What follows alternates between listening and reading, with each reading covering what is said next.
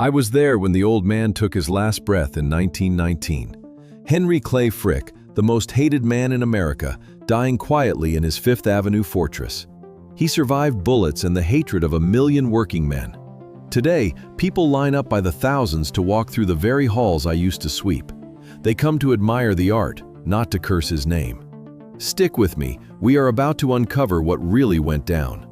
He built 3 massive estates, from a Pittsburgh stronghold to a Newport summer palace, and finally, this untouchable New York mansion.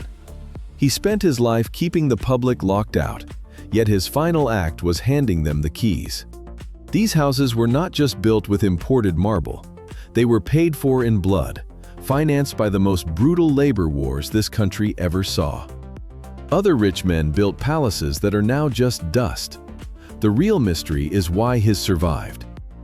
I watched wrecking balls crush the Vanderbilt palaces, yet the house I served in stands untouched. Why did it survive? Let us look past the velvet curtains and trace his wealth back to the dirt. Born in 1849 in a simple Pennsylvania farmhouse, the master left school early with nothing but a cold, calculated drive. At 21, he borrowed cash to buy into the coke business. That baked coal was the lifeblood of the steel mills, and Pittsburgh was the center of the action. He planted himself right where supply met desperate demand. Before turning 30, the man was a millionaire. He never invented a single thing. He simply squeezed maximum profit from his smoking ovens, wringing every possible dime from the tired backs of the men working his lines. He took over 80% of the coke feeding the Pittsburgh mills. In 1881, Andrew Carnegie realized he needed fuel. The master held the keys. Their partnership was strictly business. Carnegie played the public hero, writing grand essays on the duties of wealth. My boss provided the silent brutality, caring only for profit margins. Making over $1 million a year by 39, his focus shifted. Cash was not enough. High society demanded physical monuments. He needed an estate that would force the old money families to respect him. I used to watch him sit alone in his study at midnight, analyzing the blueprints of rival mansions. He tracked their expensive architects and the exact cost of their imported stone, plotting his next move like a general preparing for war.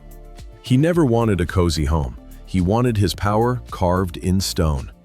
In 1882, he married Miss Adelaide, whose family held the elite standing he lacked.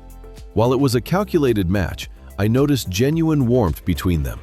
She knew the secret language of high society, understanding which details separated old money from new. Together, they planned their massive Penn Avenue residence. It was a social weapon, designed to force the snobs to finally respect him. I remember delivering endless budget reports to his desk. He placed us right among the established families, demanding absolute permanence. He approved every heavy architectural detail himself. He was building a fortress meant to outlast us all, funded by a brutal business that crushed working men as easily as it forged hot steel. His coke ovens burned 24 hours a day. We servants knew those hellish conditions killed men constantly. The mills buying his fuel paid starvation wages, keeping families on the brink of ruin. I never heard him apologize. To the master, broken bodies were simply the cost of progress. He believed only the strong survived, and the strong got to build mansions that outlived everyone. By the early 1890s, his wealth outgrew Pittsburgh entirely. The smoky city made him rich, but it could not grant the elite validation he craved. His eyes were already drifting toward Newport and New York. But first, he had to perfect this local estate. It was his physical proof to the world that he was not just an uncultured factory boss, but a man of undeniable power. In 1892, he made a choice that turned our home into a fortress. He decided to crush the union at the Homestead Mill. Instead of negotiating, he wrapped the plant in barbed wire. When he sent 300 armed Pinkertons up the river, the workers fought back. We heard the dark updates from the house, a bloody gun battle, 10 men dead. He destroyed the Union, becoming the most hated man in America. 2 weeks later, an anarchist walked into his office, shot him twice, and stabbed him. The master fought back with his bare hands. After the attacker was subdued, he refused the hospital. He had the bullets dug out and his wounds stitched right there in his office chair. Then, he sat back down to finish his daily paperwork. He needed the world to know he could never be broken. I remember the day the master returned after the shooting.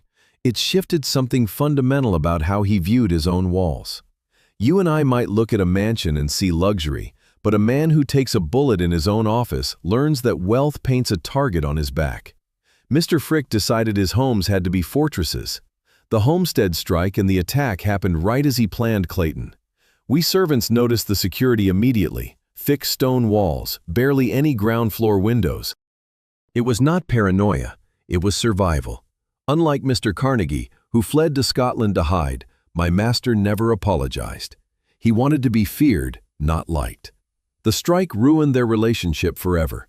Carnegie blamed him, but Mr. Frick just built walls, proving he refused to be moved.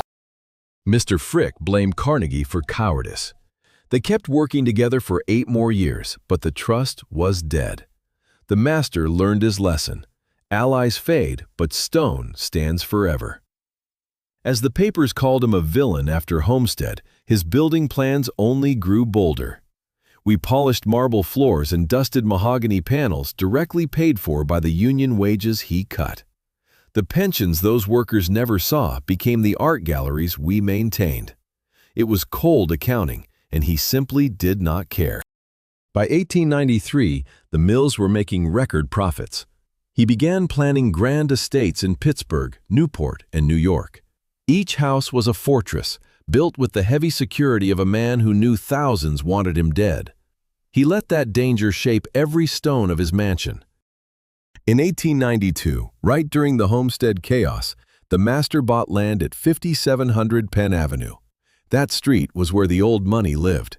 It gave him distance from the filthy mills and put him right next to power. When we first started working at Clayton, you could feel the message the house was meant to send. This was a monument. He hired an architect famous for a heavy style that did not whisper. It commanded. We found ourselves living in a fortress of rounded arches and thick Indiana limestone. There was no cheap wood that we servants would have to constantly maintain. Clayton had 23 rooms across 4 floors. Compared to the Vanderbilts with their 70-room palaces, it was not massive, but it was solid, imposing, and designed to outlast us all. The Astors had ballrooms for 1,000, but Mr. Frick wanted respect, not a circus. Working the first floor, I saw how every detail intimidated guests. The dark wood paneling screamed quiet power. I dusted the library daily, shelves packed with books the master rarely read. The dining room sat 24, perfect for his society dinners. We servants lived on the 3rd floor, out of sight. The 4th floor tower was his absolute sanctuary. Stick with me, this is where it gets interesting. The whole house was secretly armored. When I washed the ground floor windows, I realized they were unusually small and set high up.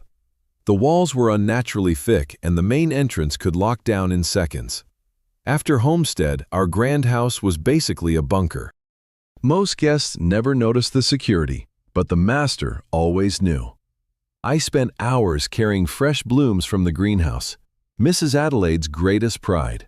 It gave her a peaceful space she could actually control. While he built a fortress to project power, she tried desperately to make it a home. But there was a heavy shadow over Clayton. They had 4 children, but we only watched 2 grow up. Little Martha passed away at just 6 years old. Then Henry Jr. died at only 4.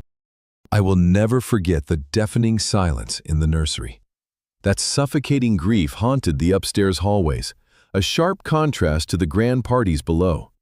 The master would be downstairs drinking with tycoons, while the upper floors echoed with the memory of lost children. That hidden pain defined our lives there more than any stone wall ever could. By 1895, the house was finished. Clayton cost over $500,000, roughly $17 million today. For Mr. Frick, this was merely an opening maneuver.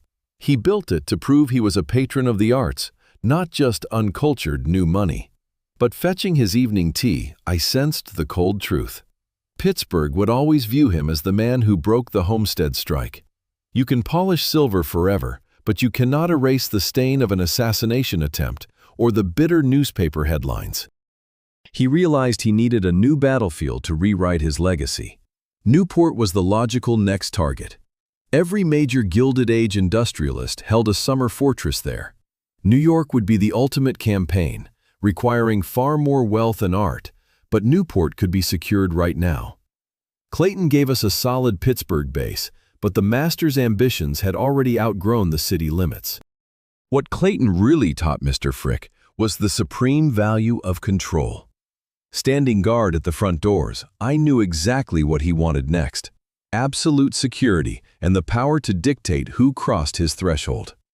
Pittsburgh built his empire, but it could not offer him sanctuary from his own shadow. In 1899, he spent $295,000 on a vast tract of land in Newport. He chose Pride's Crossing, deliberately stepping back from the crowded mansion district. He craved isolation above all else. He called the estate Eagle Rock. The elites like to call these massive estates summer cottages, but that was a ridiculous understatement. We kept Eagle Rock capable of year-round operation. It was a tactical strike, proving he belonged among the old money bloodlines. He brought in Peabody and Stearns, architects who understood that precise blend of English country aesthetics and sheer American dominance. It was exactly the fortress he demanded. Sweeping the corridors of Eagle Rock, I counted roughly 40 rooms, though the sheer scale of the place made it easy to lose track. The master chose a shingle-style exterior, projecting a quiet, informal elegance rather than screaming for attention like a European palace. But make no mistake, the construction was heavily fortified. Thick stone, unyielding materials. He built for permanence. The main floor was entirely devoted to the theater of high society. I served dinners in a room built for 20, pouring wine for guests in spaces designed purely for calculated social performance, not family warmth. His library, unlike the display room at Clayton, was a true command center. I constantly carried telegraphs in from Pittsburgh and New York. Yet it was Mrs. Frick who truly commanded this fortress. She orchestrated the sweeping social calendar and directed us servants with absolute precision, navigating Newport's rigid rules flawlessly. Mrs. Frick understood the invisible tripwires of elite society far better than the master ever could. Her mastery of protocol brought the estate to life. Outside, the grounds stretched over 10 acres. I would often watch the groundskeepers manicure the formal gardens near the terrace, which slowly faded into untamed, natural boundaries. It was all a carefully constructed illusion of effortless beauty. The true luxury of Eagle Rock was the buffer zone. Tucked far away from Bellevue Avenue, the master could entertain without rubbing elbows with neighbors who still whispered about Homestead. Our busy season ran from June through September. While Mr. Frick constantly commuted back to his industrial empires, we remained stationed at the estate. Running a house of that magnitude required over 20 of us: maids, cooks, footmen. I can tell you firsthand, keeping that machine oiled was a grueling logistics operation that Mrs. Frick commanded like a seasoned general. Behind the kitchen doors, we knew every single banquet and afternoon tea was weaponized to elevate the family standing. The master used these summer months to court the titans who actually controlled New York, the Astors and the Vanderbilts. Serving them drinks on neutral ground allowed him to temporarily bypass his ruthless reputation. But I saw the quiet snubs. I noticed the invitations that mysteriously never arrived. The old money aristocracy drank his wine, but they refused to grant him full passage into their inner circle. His wealth was simply too fresh. It became painfully clear to all of us that Newport was merely a stepping stone. True power retreated to New York for the winter, and that was where he would eventually need to plant his flag. But for the time being, the estate offered one pure blessing. It gave young Helen and Childs a sunlit sanctuary, far removed from the choking black smoke and endless industrial grime of Pittsburgh. You don't serve a man like Henry Clay Frick without learning to read the walls. Miss Helen loved the Eagle Rock estate long after he died, but for him, it was just a tactical testing ground. We staff felt the shift. Security was airtight but invisible, a far cry from his ironclad Pittsburgh fortress. He built strict borders between his world and ours. While other Newport barons built ridiculous, flashy palaces, he just watched. By 1910, we were packing him for New York more and more. The art collection was swelling, and Eagle Rock had served its purpose. It got him into high society and taught him exactly what his final masterpiece needed to be. He wanted a Manhattan sanctuary that could seamlessly transform into a public gallery. In 1917, we packed up Eagle Rock for the last time. He sold it without a blink. Newport was only ever a practice run. By 1912, I saw the shift in his daily routines. At 63, sitting on a fortune topping $100 million, he wanted to permanently eclipse the Vanderbilts. He marched us through endless rented mansions until he found his ground. In 1913, he bought the entire Fifth Avenue block at 71st Street. Over $2 million just for the dirt. The tactical brilliance of the location was undeniable. Uptown enough to avoid the soot of commerce, close enough to the elite, and staring straight into Central Park. That meant no rival could ever build high enough to steal his sunlight. Pouring his evening wine, I listened as he tore apart the city's architecture. He despised the Vanderbilt chateaus, calling them dated and loud. Come close, you and I can see the real machinery of his ego at work here. Carnegie was busy slapping his name on hundreds of little public libraries, but my employer demanded one immortal monument. He was plotting a house designed to be a museum from the day we poured the foundation. Mrs. Adelaide would live out her days there, but eventually, the doors would open to the masses. He was trying to wash the blood of the Homestead strike from his legacy, trading his ruthless reputation for the title of cultural savior. The construction had to survive centuries. After interrogating the finest architects, he finally hired Carrere and Hastings. We staff knew their reputation. They built the New York Public Library. Mr. Hastings took the lead, catching on quickly. He knew the boss didn't want a trendy house. He wanted a fortress anchored to the bedrock of history. I remember staring at the blueprints on his desk. A limestone masterpiece with 3 soaring floors and a hidden 4th floor just for us servants. It was a tactical marvel, feeling like a private home while commanding the avenue like a fortress. The old man demanded a massive picture gallery, a sunlit indoor garden, and a security system so advanced it was completely invisible to guests. When Hastings warned him the bill would top $5 million, a truly staggering sum for the era, Mr. Frick didn't even blink. He simply signed the approval. Breaking ground on Fifth Avenue in 1913 was a brutal war of zoning laws and furious neighbors. Watching him handle the pushback was terrifyingly familiar. He crushed those committees the same way he broke the union strikes back in the mills. If a rule stood in his way, he bought a detour. If a neighbor complained, he bulldozed them. Mrs. Adelaide tried to soften the edges, but her influence was fading. This was never a simple family home. It was his solo monument. She quietly focused on making the bedrooms livable, leaving him to scheme over his grand public halls. By winter, the final drawings were locked down. His mansion was explicitly designed to outlive every other Gilded Age palace on the island. The massive excavation was set for early 1914. He figured it would take 3 years of chaos. The boss had zero patience, yet he forced himself to wait for absolute perfection. He operated on a very specific theory about power. Stone outlasts reputation. He was betting everything that if he built something breathtaking, the world would forget how much they despised him. We broke ground in April 1914, mere months before the globe plunged into war. The era of unchecked wealth was dying, yet he was erecting its final temple. The Indiana limestone arrived, cut with militant precision. I watched the masons fit the blocks together so flawlessly the joints vanished. Spanning 140 feet across the avenue, it didn't look assembled. It looked like a colossal fortress carved directly out of the earth. When we finally moved to the new Fifth Avenue mansion, the change in atmosphere was absolute. The building's height was perfectly calculated, imposing enough to demand respect, yet restrained enough to mock the vulgar, towering chateaux of the Vanderbilts down the street. I stood guard at the single entrance.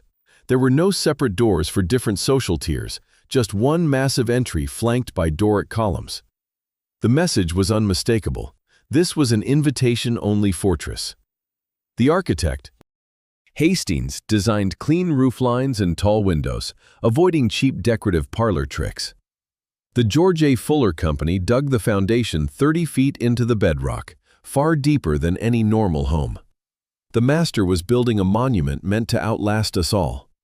Down in the cavernous basement, where we staff spent our hours, the space was entirely consumed by massive wine cellars, roaring mechanical systems, and heavily secured vaults for his ever-growing art collection. I swept the dust during those endless months of construction, watching the master's ruthless vision take shape. Nothing was left to chance. Every steel beam hidden behind these walls was engineered for a battle, deliberately overbuilt. He wasn't just building a house, he was building a fortress meant to stand for 200 years against anything New York threw at it. I heard the Fuller Company men grumbling in the yard. 15% of the Indiana limestone blocks were rejected. The master demanded perfect color, perfect grain. If a stone had a single flaw, it was sent back. Damn the cost. And the windows? Custom bronze from France, triple glazed. He wanted the absolute clarity of Central Park without a whisper of the Fifth Avenue carriages reaching his ears. Even the roof was sheer copper, chosen to bleed into a beautiful, maintenance-free green long after we are all gone. He never blinked at the cost. He approved every bill in total silence. My daily duties showed me the hidden armor of this place. The ground floor windows, where I polished the glass, were set deep, practically daring an intruder to try their luck. The locks were the finest Yale and town brass, cold and heavy in my hands. Those solid bronze doors took the strength of 2 footmen to swing shut, designed to seal the house in an instant. The architect calculated every inch of the facade like a military strategist. He didn't use cheap, flashy ornaments like the Vanderbilts down the street, whose homes looked like cluttered jewelry boxes. Here, the power was in restraint. The distance between windows, the height of the stone columns, everything was absolute harmony. The side facades on 70th Street demanded the exact same brutal perfection. Stick with me, because you and I are going to uncover what really went on inside these walls. The architect knew the city's eyes would be on us from every angle, so the flawless limestone wrapped all the way around. There were no cheap bricks hidden in the back alleys where we servants walked. The master even demanded a private garden on the 70th Street side, a luxury almost unheard of in Manhattan. I used to watch the sunlight spill over the walls, giving us a quiet buffer against the noisy neighbors. By late 1915, the shell was done. It stood there on Fifth Avenue, arrogant and untouchable. The papers called it a masterpiece of restraint, but they only saw the outside armor. It would take us 2 more years of relentless labor to build what the master really wanted. A living fortress that doubled as a gallery for the greatest art in America. Keeping the balance between a family home and a grand museum was a delicate operation, and it required our absolute devotion. The master supervised everything himself. I would see him walking the halls, his eyes catching every microscopic flaw, demanding that entire walls be torn down if they failed his standard. The builders quickly realized that cost overruns meant nothing to him. By early 1917, the interior was finally taking shape. The old man was 77, and time was the only enemy he could not buy off. He needed to sleep under this roof before he died. This entire operation was his way of rewriting history. The violence of the Homestead strikes, the assassins, the decades of public hatred. He believed he could erase all that blood with a building so breathtaking that the world would simply forget. We were building an impossible machine. I was the one standing by the Fifth Avenue door, taking the heavy coats of the city's elite. When they stepped inside, they did not find the towering, flashy staircases those Gilded Age fools loved to build. The master's entrance hall was intimate, almost quiet. Polished marble underfoot, cold limestone walls, and a single skylight spilling pale sun onto the stone. The message was tactical and clear. You have breached the outer gate, but the real power is kept deep within. From my post, I watched them drift into the West Gallery, a 70-foot chamber engineered entirely for his paintings. I spent hours polishing that dark oak floor until it looked like dark water. The walls were lined with rose-colored damask, glowing under electric lights we adjusted for every hour of the day. It made his captured prizes shine: Rembrandt, Vermeer, Velázquez, and Van Dyck. I spent hours polishing the oak paneling in the library, but we all knew our real job was serving the paintings. The master spent millions on his collection, and this house was a machine built to showcase it. The library sat at the southern end, acting as Mr. Frick's retreat, though we heard whispers it was always meant to become a public reading room. Hastings, the architect, was a tactical genius. He used the garden court as a massive light well, pulling sunlight deep into the corridors. I would often stand in the living hall on the first floor, where the missus hosted her calling hours, and just observe. Between the Renaissance furniture and that massive pipe organ, the room felt like a fortress. Come with me, I want to show you exactly how this house operated. The master had no ear for music, but a house of this rank demanded an organ. It was pure social strategy, a necessary performance for the elite. Down the corridor, we served meals in the dining room under subdued lighting, setting the oak table for 14. I sometimes had to squeeze 20 chairs in when the guest list expanded. The second floor was our strictly restricted zone. Mr. Frick's bedroom was surprisingly modest for a man of his power. A simple bed, a modern bath, nothing flashy. The missus took the northern suite, filled with elaborate French fabrics. That sitting room was her command center, where she managed our daily orders and her elite social calendar. Every guest room on that floor maintained the exact same feeling of quiet, heavy elegance. The guest suites were kept only for the few men the master actually trusted. We staff were restricted to the third floor. The barrier between family and servants was absolute, executed with ruthless precision. We kept the house breathing, yet moved only through hidden corridors. Above us, the fourth floor held the mechanical lungs of the building, offering flexible space because Mr. Frick always planned for the unknown. The real triumph was the garden court.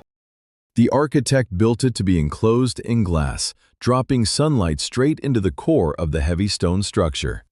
Even my footsteps were dictated by the design. My shoes clicked against hard marble in the galleries, chosen specifically for acoustics, and then silenced entirely the moment I crossed onto the warm, dark wood of the private quarters. You could feel the raw wealth in every surface I cleaned. Cold limestone in the halls, heavy wood in the library, and stretched fabric in the galleries. I polished the solid bronze door hardware every morning. The electricity was an absolute marvel for 1917, installed by Edison's own crew. There wasn't a single visible wire. All the switches matched the bronze plates perfectly.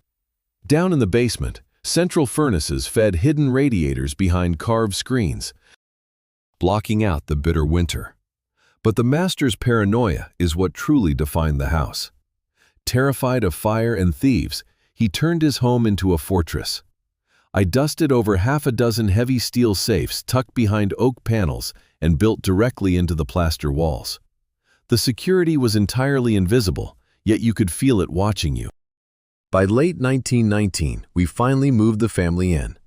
The staff whispered that construction took 5 years and cost well over $7 million. The mansion was exactly what the old man wanted, a heavily armored vault with perfect gallery proportions, quietly waiting to become a public museum. But he barely had time to walk the halls. Mr. Frick died on December 2nd, just 2 short months after we unpacked his trunks. It was a strange end. Down the block, the other Fifth Avenue elites were screaming for attention. The Vanderbilt family built loud French chateaux with carved towers and massive roofs, trying to prove their dominance through sheer architectural excess. Our house was entirely different. It was quiet, calculated, and tactical. It never felt the need to shout like that sprawling, boastful Vanderbilt palace down on 57th Street. Walk the halls with me, and you will see the invisible war fought on Fifth Avenue. Mr. Vanderbilt built a palace of over 100 rooms, yet I watched those walls fall to demolition dust by 1927. They were simply too massive for a changing world. My employer, Mr. Frick, saw this tactical error first. He studied the Astors down south near 34th Street, watching their estates get swallowed by department stores. The lesson was clear: build too far downtown, and commerce eats you alive. Mr. Carnegie retreated uptown to 91st Street, building a restrained home for his final years. Mr. Frick mapped every failure with cold precision. The Vanderbilts were too flashy, and the Astors were entirely overrun. Mr. Carnegie's estate was too isolated from high society. My master chose 70th Street, a flawless tactical strike, safe from commerce but positioned to command the social scene. We rejected the outdated French chateau style of 1914, the chaotic Renaissance revival, and eccentric Gothic aesthetics. Mr. Frick demanded pure neoclassical stone, knowing it would stand 200 years. I recall his quiet study of J.P. Morgan's classical library on 36th Street. But my employer executed a superior maneuver. He did not build a bloated home with a gallery tacked on, like the Vanderbilts. He built a magnificent public gallery that merely contained our private residential quarters. A strictly calculated 30 rooms, never crossing into excess. That deliberate restraint was our greatest weapon. With strictly 30 rooms, the estate could pivot into a museum without tearing down walls. I watched other estates crumble under their own weight. Those colossal mansions demanded 50 servants and bled hundreds of thousands of dollars to operate. Our estate was fiercely manageable. By 1920, the grand palaces of Fifth Avenue were dying. Taxes skyrocketed. Loyal domestic labor became incredibly expensive. The younger generation lacked the discipline for vast empires, and the Vanderbilt palaces were reduced to rubble. But our house survived the carnage. Mr. Frick engineered it to outlive him, plotting a calculated transition from a private fortress into a permanent public institution. When the master passed in December 1919, his orders were absolute. Number 1 East 70th Street would become a public museum, but only after his widow departed. For 12 years, I served Adelaide as she kept the estate frozen in time. Every painting remained exactly where he left it. She held the power to liquidate the collection, but stayed fiercely loyal to his tactical vision. In 1921, she hired architect John Russell Pope to execute a delayed battle plan. He built a brilliant glass-roofed courtyard, flooding the center of the house with natural light.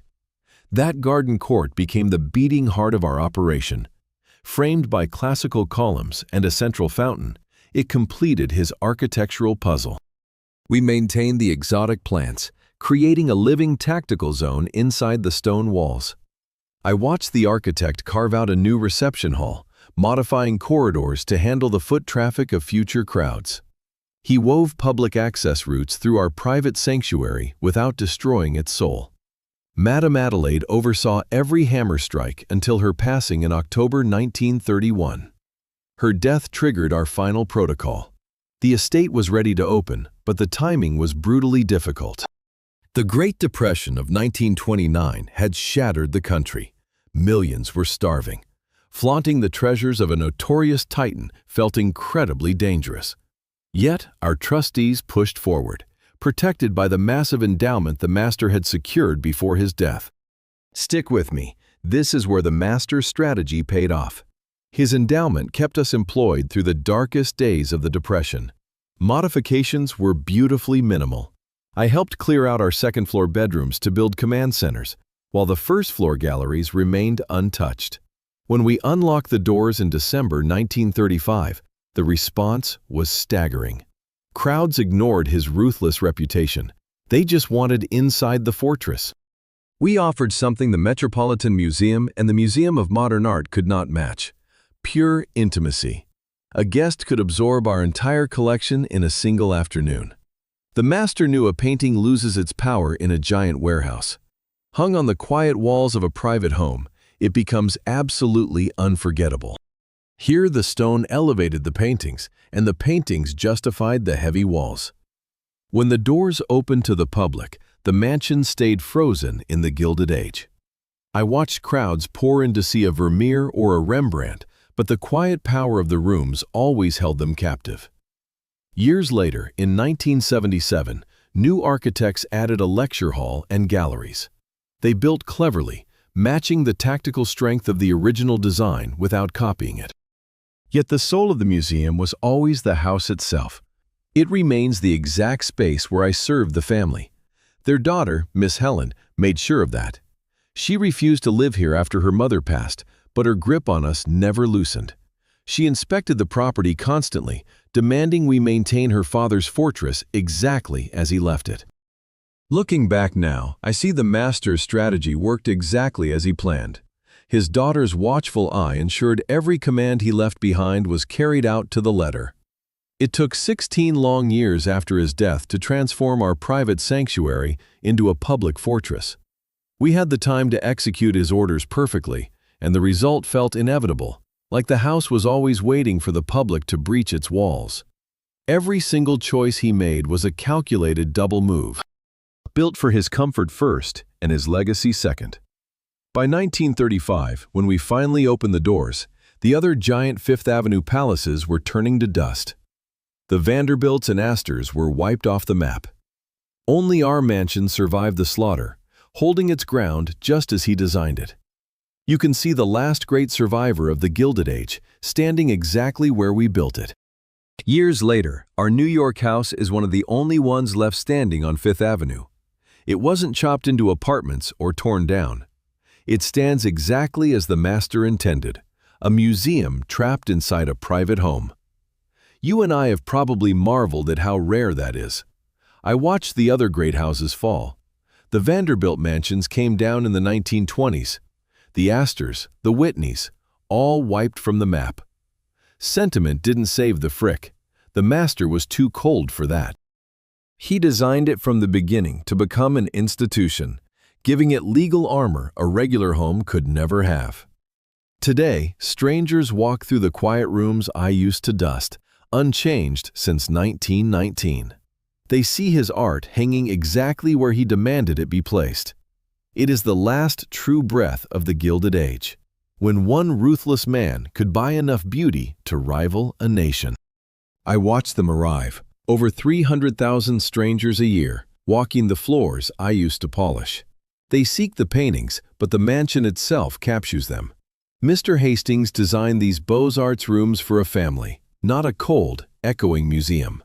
The garden court Mr. Pope finished in the 1920s has become the favorite. With its fountain and natural light, it is the peaceful sanctuary the master always wanted. Unlike those massive, intimidating galleries across New York, this still feels like an intimate residence. You are simply moving through a home that happens to hold extraordinary art, making the masterpieces feel approachable rather than overwhelming. Even as the collection has grown since Miss Adelaide left us, the house remembers its roots. New pieces arrive, but the heart of this place is still Henry Clay Frick's personal taste. These are the canvases he studied by the fire, the chairs he used, the sculptures I dusted. That personal touch makes the collection feel whole. In 2011, they planned an expansion to add galleries and fix the aging pipes we used to struggle with. People argued over it. Some said any change ruins the soul of the house, while others insisted you must evolve to survive. Are we keeping a home frozen in time, or running an active art museum? Finding that balance is their challenge now. But whatever new wings they build, the foundation will always remain the original rooms Mr. Hastings designed. The exact spaces where we served the family and where the master displayed his treasures. The master was clever to choose 70th Street. Central Park across Fifth Avenue meant no one could block our sunlight. It feels just as perfect as when we opened in 1913. This land alone is worth hundreds of millions of dollars today. The temptation to sell must be blinding, yet the house remains, protected by the endowment Mr. Frick left behind. Their budget tops $20 million a year. Back then, it was just a small staff of maids and butlers keeping the fires lit for a family of 4. Today, they employ over 100 modern curators and guards. It amazes me how this flexible building adapted, making room for a massive professional museum operation without ever forcing them to destroy its graceful walls. They hid so many wires behind our walls. Climate control, alarms, new lights, all tucked into spaces Mr. Hastings cleverly left for the future. The master always knew this would happen. He built this house to outlast his dark reputation. I remember the kitchen whispers about the Homestead strike, the assassination attempt, the deep public hatred. Yet today, millions walk these halls loving the museum, and barely anyone mentions the blood spilled to fund it. We willingly separate breathtaking art from the brutal business that bought it. This house offers no easy answers. It stands exactly as we kept it, timeless and grand. Whether this proves Mr. Frick was a visionary, or just proves that elegant stone outlasts bitter memory, is a question that still echoes down these corridors. I served in all his houses. Clayton in Pittsburgh proved what raw money could build. Eagle Rock in Newport bought access to society, though they never fully accepted him. But this New York mansion? This was his final argument in stone. He believed a reviled man could buy immortality by turning ruthless power into fine culture. And perhaps he won. Millions are inspired by these rooms today. Yet I never forget that this elegance was financed by steelworkers whose names are lost to time. The grand architecture and rare paintings do not erase the struggles of those men. They simply stand beside it. This collection is a genuinely beautiful gift to the public, but it remains a towering, silent monument to the very deep inequality that made such a breathtaking gift possible. Many Gilded Age barons built palaces, but almost all were torn down. The master was smarter. He knew a private home eventually falls, but a public institution becomes untouchable. He had them plan for a museum from the very first sketch. He was not building for his twilight years. He was building for the centuries. You have to admit, he won his bet. The walls hold strong, the art remains, and a man who could not outrun his past found redemption through architecture after he was gone. Thank you for walking these halls with me today. If you found this look into the master's world valuable, please subscribe and support the channel. The true story of how these grand rooms were funded and what they reveal about our past deserves to be preserved just as carefully as the mansion itself.